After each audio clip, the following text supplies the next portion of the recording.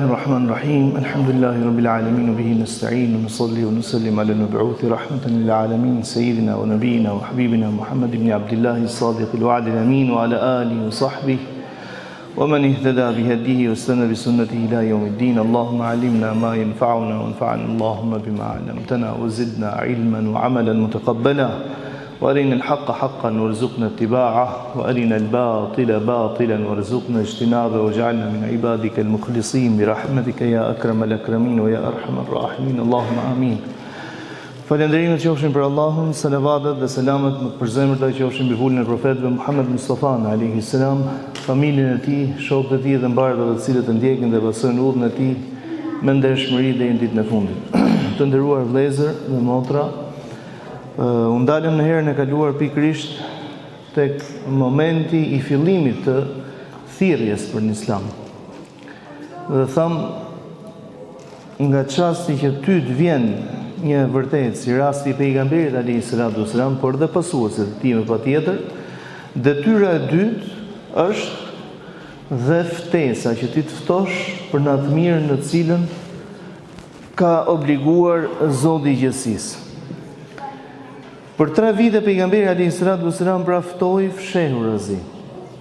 Dhe periudha që i dërguari i Zotit alayhi salatu wasalam fton fshehurazi, çfarë do të thotë fshehurazi? Që u flet më besnikëve, u flet më të afërmve. Kjo është fshehurazi. Dhe si do e zbulojmë këtë? Sepse pas 3 viteve i madhnueshmi Allah i drejtohet pejgamberit alayhi salatu wasalam dhe thotë: "Wa anzir ashirataka al-aqrabin", dhe nise me akraballikun tënd, më të afërmit.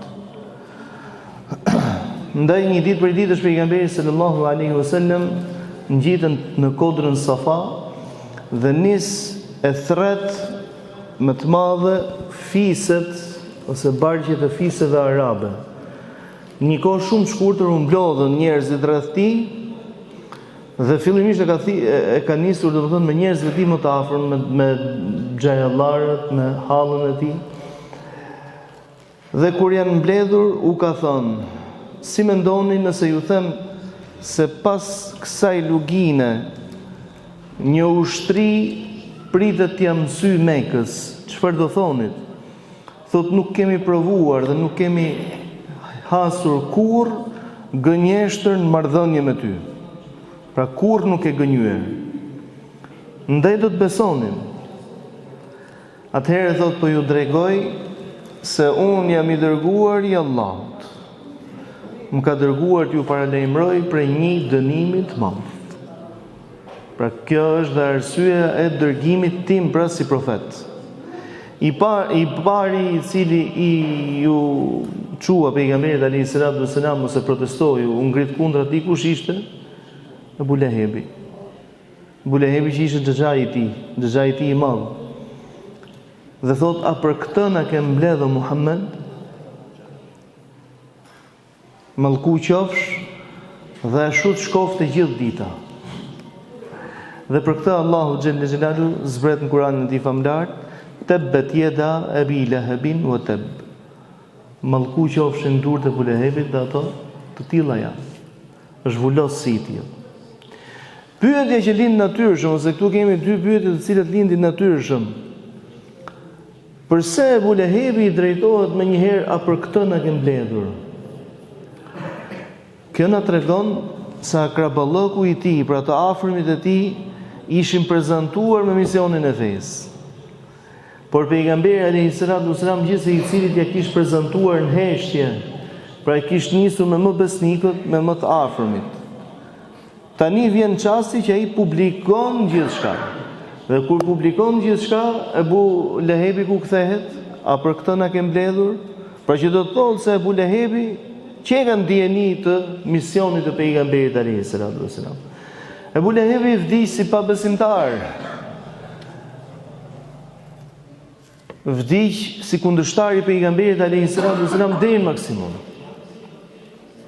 Dhe pyetja që lind natyrshëm: ora kush ishte arsyeja që Abu Lehebi në rastin konkret refuzon profecinë e profetit ose fenë e pejgamberit alayhi salatu wasalam me cilën ka ardhur? cilat janë arsyet që edhe Mekasi, domethënë për vite me radhë nuk e pranonin. Normalisht që për të tjerët janë të shumta, ndërsa fokusi tek Ebu Lehebi është një dhe i vetëm. Ebu Lehebi është njeri frikacak. Çfarë është njeriu frikacak? Është njeriu i cili nuk don të humbas atë që ka. Dhe Ebu Lehebi, domethënë Zoti me madhënitë vet i kishte dhënë shumë materialisht. Dhe Ebu Lehebi friksohet se do ta humb këtë pozitë, sepse po deli i vetëm përballë një populli me radhë. Dhe duke dalë përballë një populli me radhë, kujt i friksohet? I friksohet të humbas atë që ka në dorë. Dhe nuk don të humbas. Nuk don të humbas reputacionin, nuk don të humbas të qenit pari, dhe nuk don të humbas privilegjet që i gëzon në mesin e popullit të tij. Pra i friksohet asaj gjëje. Ndaj dhe u deklarua me njëherë si kundërshtar i pejgamberit alayhis salam. Allahu me madhënitë vet i është drejtuar profetit të tij duke i thënë fasda' bima tu'mar wa a'rid 'anil jahilin.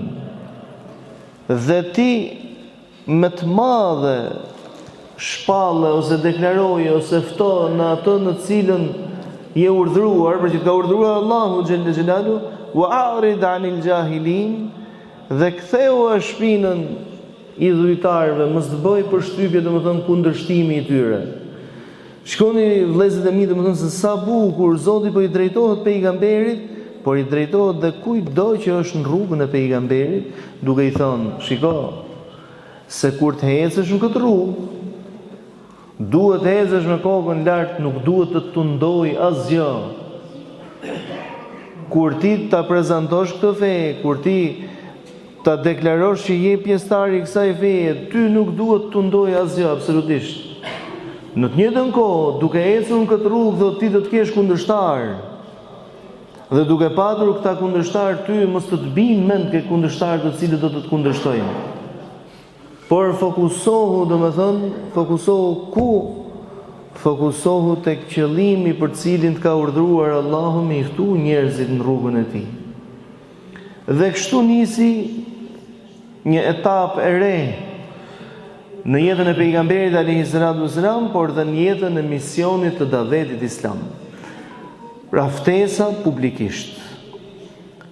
Dhe para kësaj nuk kemi dëgjuar që pejgamberi alayhis salam domethënë të kishte ftuar publikisht. Pas kësaj, pra jo vetëm që fton publikisht, po i fton Mekasi të gjithë dhe mblidhen aty të gjithë dhe nis tashmë fushata e asaj që Zoti pra të pas ka treguar. Zoti tregon se do kesh kundërshtar në këtë rrugë.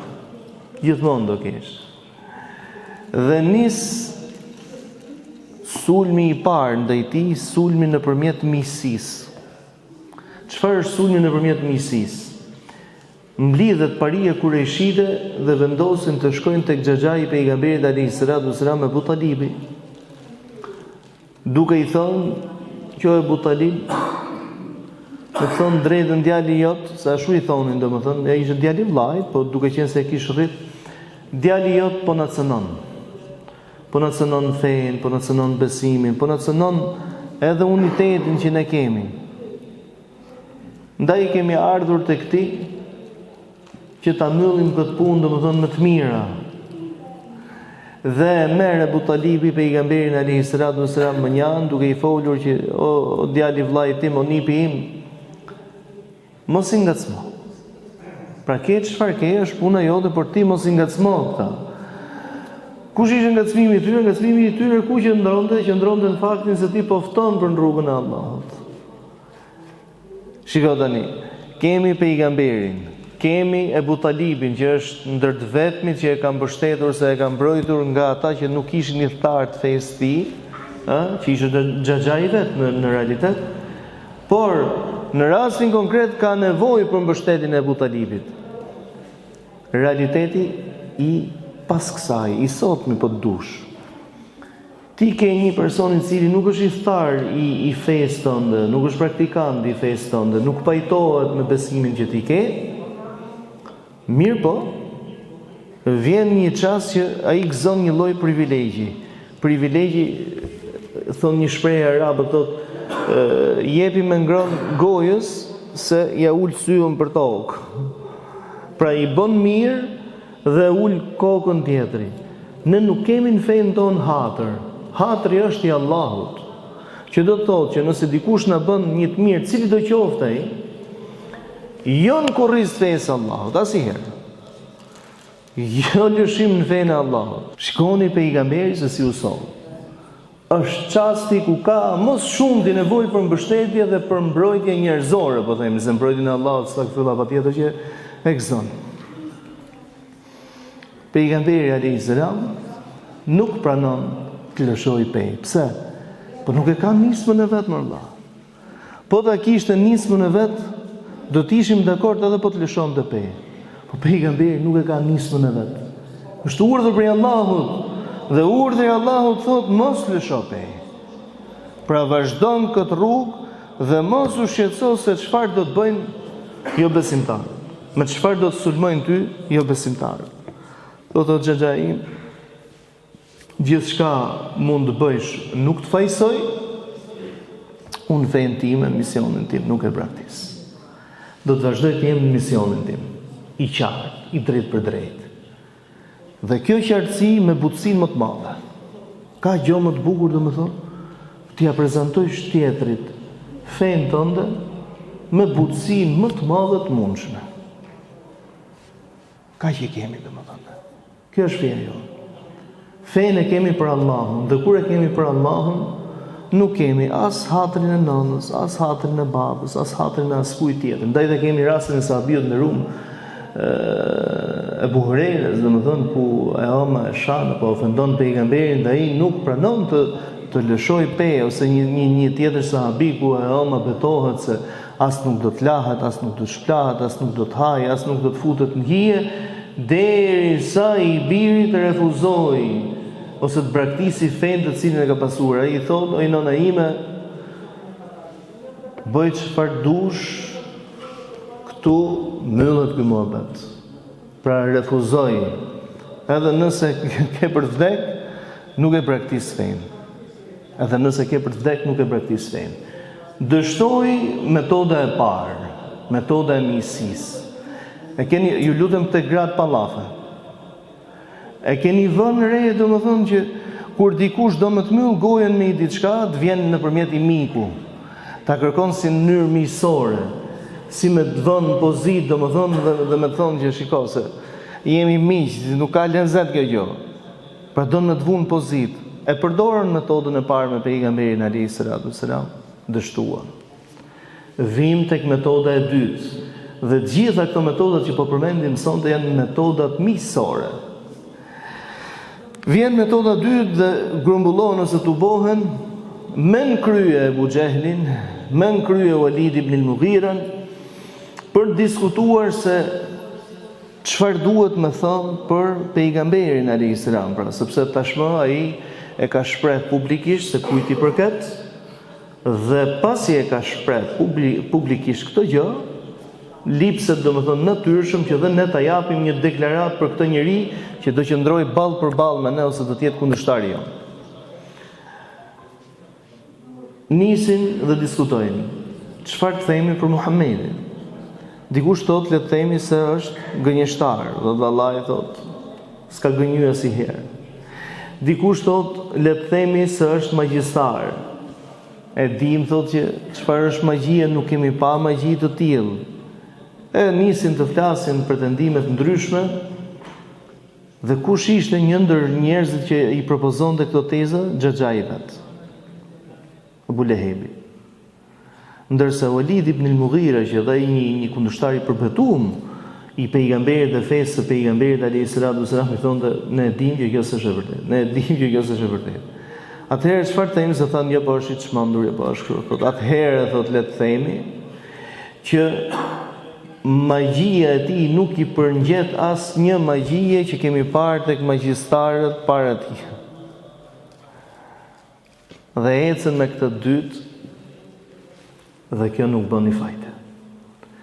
Kujt i friksoheshin? I friksoheshin gjithmonë sezoneve që grumbullohen dhe tubohen njerëzit, si sezoni i haxhit. Ishte shumë i frikshëm për ta. Sepse kemi të bëjmë domethënë me grumbullim, domethënë e keni parasysh ajo shprehja që thotë që nga shkojnë masat. Pra ka njerëz që ku shohin turma o burra aty. Dorsa besimtari nuk duhet të jetë si i tillë. Besimtari është vigjilant. Nuk është në gjendje gjumi, nuk është nga shkojnë njerëzit shkoj dhe unë. Ku ka më shumë, aty bashkohem dhe unë. Se në xhenem ka shumë. Ndaj zgjidh ku do të jesh. Dhe kur zgjedhësh, do të zgjedhësh domethënë me vizion të qartë. Dhe u dështoi dhe e dyta.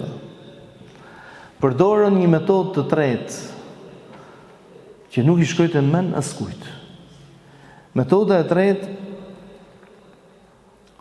ishte metoda e hutimit. Çfarë do të thotë hutim? Dërguan një person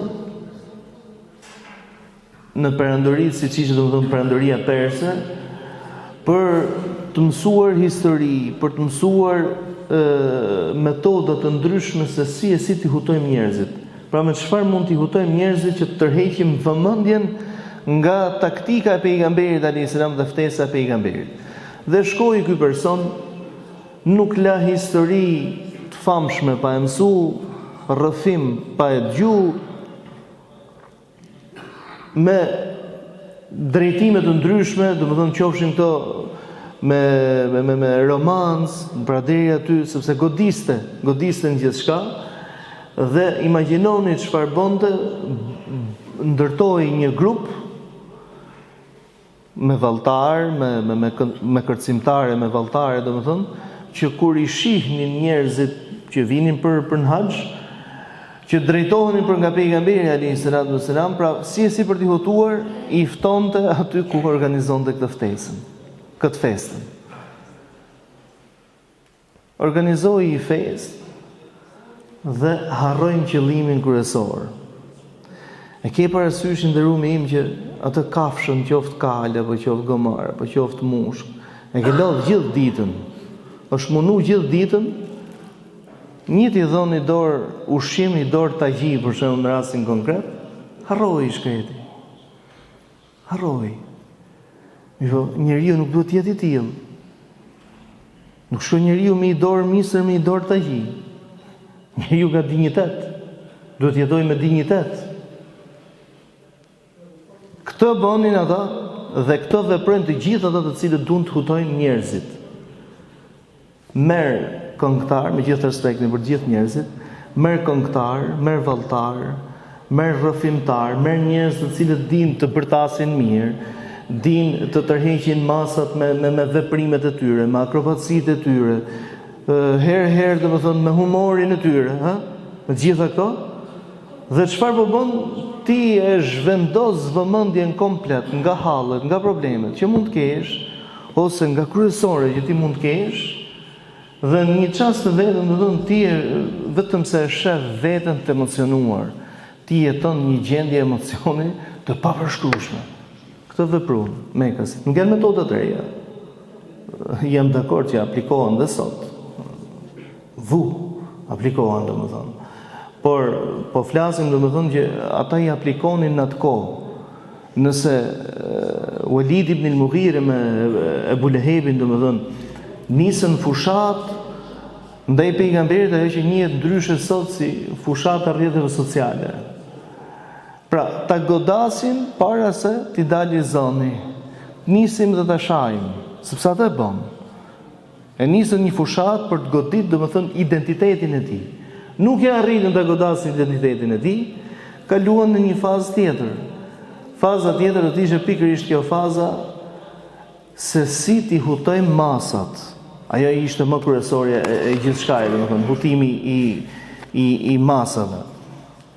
Dhe kjo nuk e dha efektin që prisnin. Pra ishte efekti i kuvizuar. Atëherë nisim dhe të godasim drejt për drejti fenë e tij. Dhe deri këtu jemi me metoda paqësore. Këto quhen domethënë sulmet paqësore, se deri këtu s'kan bë asgjë realisht. Pra kanë qenë në mënyrë paqësore. Se sikur se do e përmendim inshallah në vijim, do të vijojmë me vuajtjet e muslimanëve, me torturimin e tyre, deri edhe në izolimin e tyre të madh, domethënë për 3 vite me radhë. Vim pra tek metoda e fundit, goditja e fesë Allah. Goditja e fesë Allahut me çfarë bëhej? Bëhej me tezat e pejgamberit alayhis salam. Jo me tezat e Resulullah, se ato janë të Allahut xhel xelalu, por domethënë me ato që ai kishte sjell si diçka të re. Ndaj hidhnin dyshime rreth ekzistencës së Zotit, rreth ringjalljes. Si do të jetë ringjallja? Ai shohim edhe sot këto. Këto metoda po përdoren. Hajde se të hedhim domethënë një hije dyshimi. Mirë, po harrojnë të gjorët se duke vepruar në këtë formë, nuk bëjnë gjë tjetër vetëm se një reklam duke arrit atë që nuk ish arrit. Atë që nuk e bën dot ti si i thar, e bën pikërisht ky sulm që të bëjnë ato. Çdo e keqe e ka hajrin mrena. Çdo sherr e ka hajrin mrena. Mos nxito për ta pa hajrin. Ke për ta pa, inshallah, por duro, mos u nxito asnjëherë. Ndaj dhe pejgamberi alayhis salam në të gjithë periudhën e Mekës urdhrohet nga Allahu xhel xelalu me durim, do vuni, do torturoheni, do të bëhet. Gjitha këto do të ndodhin. Ju duroni arsyeja. Sepse këtu po nis domethënë dhe po përhapet mesazhi i fesë Allahut xhel xelalu. Jo mesazhi dobësisë, jo, po mesazh i drejtësisë. Pra Islam, çfarë do të thotë Islam vetvete, pra në nështrimin dhe dorëzimin ndaj Allahut, çfarë do të thotë? Pranimi i drejtësisë hyjnore. Po e aplikuam në drejtësinë e Allahut mbi tokë, kemi shpëtuar. Zbatoje drejtësinë e Allahut dhe ti je në rrugën e mbar, je në rrugën e drejtë, domethënë të pranimit të fesë së Allahut, dhe këtë mesazh e ke bërë edhe me gjithë të tjerët. Ke shpëtuar. Dhe pejgamberi alayhis salam e bëri më së miri. Kur këta domethënë kërkonin përballje me pejgamberin alayhis salam, e bënte diçka të tillë. Kur dikush i fliste një diçka të keqe, pejgamberi alayhis salam nuk reagonte me të njëjtën monedhë. Kur dikush i fliste, domethënë që ati pretendon pejgamber se kështu ai thonte me plot bindjen, po. Kur Umayya ibn Khalaf i thonte ka përdar dita o Muhammed që ka më të vrarë, thonte vallahi unë do të jem ai që do të të vras ty. Habitej domethënë Umayya ibn Khalaf. Nuk zgjidha mundësi pra. Pra nuk e shef veten kytë në përkëmbur këtu në Mekë, të shtypur e shumë gjëra të tjera. Dhe me plot bindje domethënë thotë dhe këtë fjalë. Mirë, po në vetvete e dinin shumë mirë. E dinin fort mirë në vetvete, siç ka thonë Umayya ibn Khalaf, vallahi thonte edhe po të më pështynte, e dije se kisha për të vrarë për i pështymës ti. Në vetvete bindje. Pse se e dinin se kur nuk ish dënyer. Kur nuk ish akuzuar asnjëherë, a ka në Europë në ditët tona të sotme, sa do i mirë tjetë. Një rast ose një tjetër nuk po themi ka gënjy, po të paktën vlen domethënë që e kanë akuzuar ose është akuzuar. E ku ta diun gjërat të kësaj natyre? Se jemi njerëz, jemi të gjithë gabimtar. Pejgamberi alayhis salam fletë e bardh. Si qumshi domethënë i tillë ishte. Dhe e dinin shumë mirë se për atë që flet i dërguar i Zotit alayhis salam është hak kamenon. Do t'i kalojmë të gjitha së bashku në ndodhit, ku këta njerëz janë përballë me premtimet e Resulullahit sallallahu alaihi wasallam. Dhe mbaroi pikërisht faza e sulmeve ndaj Islamit dhe po i quaj domethënë me emërtimin sulme paqësore, sepse deri këtu nuk po bëhet gjë tjetër nga këta njerëz, vetëm se po përdoret gjuha, jo se është e pakët gjuha, kupton. Problemet në ditët e sotme, ne si musliman në përgjithësi në botë i kemi se ne krijojmë armikun imagjinar.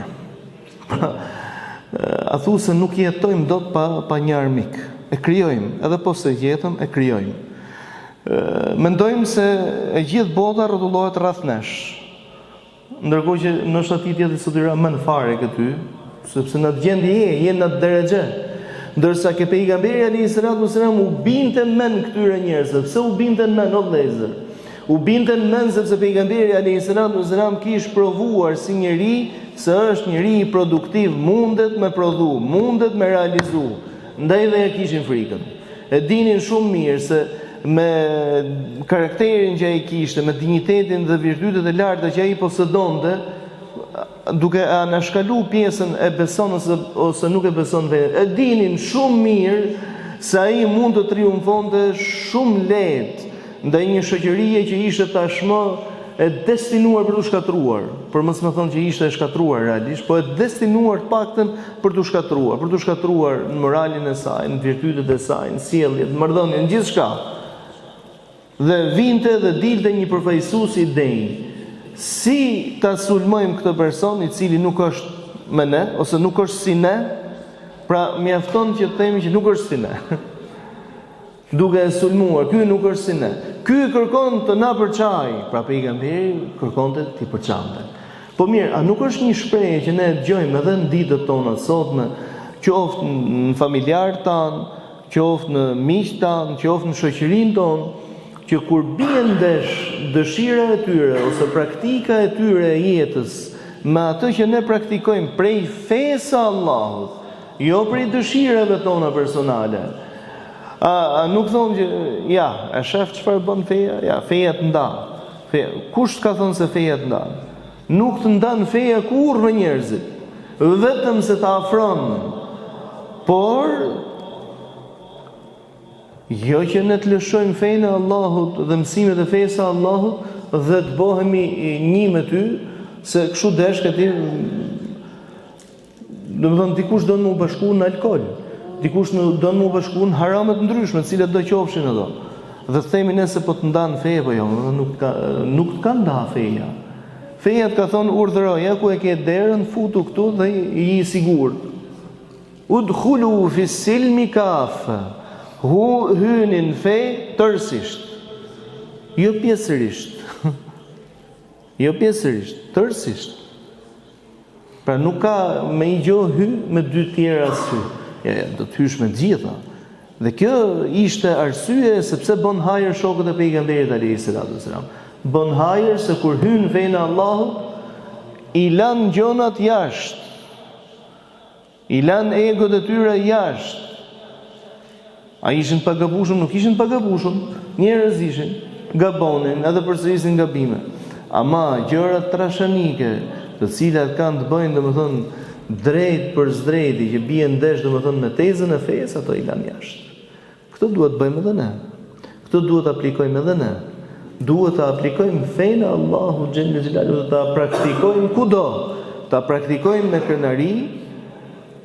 Para se të bërtasim, para se të ngrejmë zërin dhe të flasim me fenë e Allahut ose për fenë e Allahut, domethënë më të madhe, duhet na flas vepra. Këtu duhet fokusohemi ne. Duhet fokusohemi ke vepra para se të flas fjala.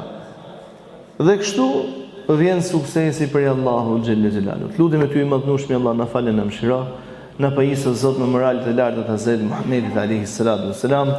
Na bëj jetën të lehtë dhe na mundso Zot ta vëmë të shërbim të fesë tonë, na bëj vdekjen të lehtë dhe na mundso Zot të vdesim me dinjitet e shahadet. Ndihmoj Zot muslimanëve kudo që ata janë, kudo që ata ndodhen. Shuj Zot luftrat, konfliktet kudo që ata janë, kudo që ata ndodhen. Ndihmoj veçanërisht Zot muslimanëve të Palestinës, ndihmoj atë popull, ndihmoj atë vend, qetësoj atë vend. Na mund sot reflektojmë dhe ne të rikthehemi në fenë tonë, besimin tonë me një rikthim të vërtetë, rikthim pas cilit nuk ka më devijim. Amin Allahumma amin. Walhamdulillahi rabbil alamin.